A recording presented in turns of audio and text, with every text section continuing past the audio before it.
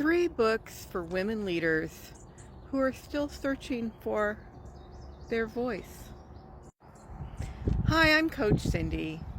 I help women become leaders of their own life so they can stop hiding and get out there on their mission.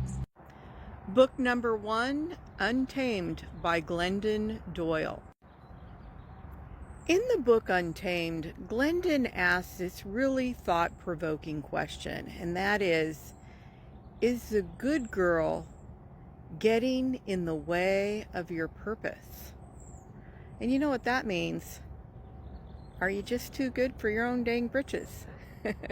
Well, that's not exactly what it means, but what it means is, are you always trying to do the right thing and you're trying to kind of keep yourself in a box?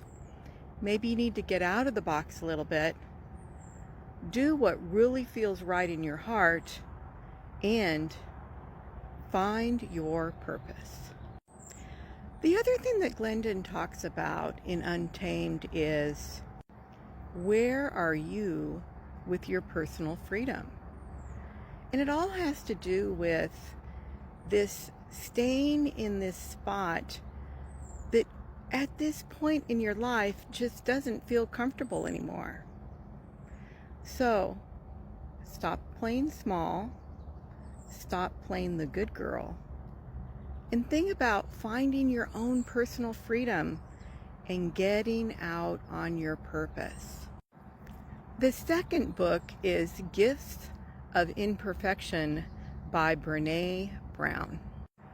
Brené teaches how to really embrace your vulnerability and your self-compassion. You know, leading with heart is where you really trust yourself and the influence that you have. That's all about just leading from your heart. I think Brené's onto something. How about you girls? Book number 3 is Radical Acceptance by Tara Blends. Tara blends mindfulness with self-compassion, teaching us that sometimes we have to embrace our messy parts, right? You know, a lot of times we always try to show the world the perfection of who we are, and sometimes the inside doesn't always match the outside. So sometimes we just need to embrace the messy inside, the ooey gooey, oh my gosh, sometimes I make mistakes, I'm not perfect, and love ourselves just as we are. And that's one of the things that you learn in Radical Acceptance. Do you notice anything about these books? So these 3 books are powerful books that were New York Times bestsellers that are read by leaders everywhere. And each one of them talks about self-compassion, talks about caring about ourselves, loving ourselves, embracing the good, the bad, and the ugly. I have to say, I don't care if it's 1, 2, or 3.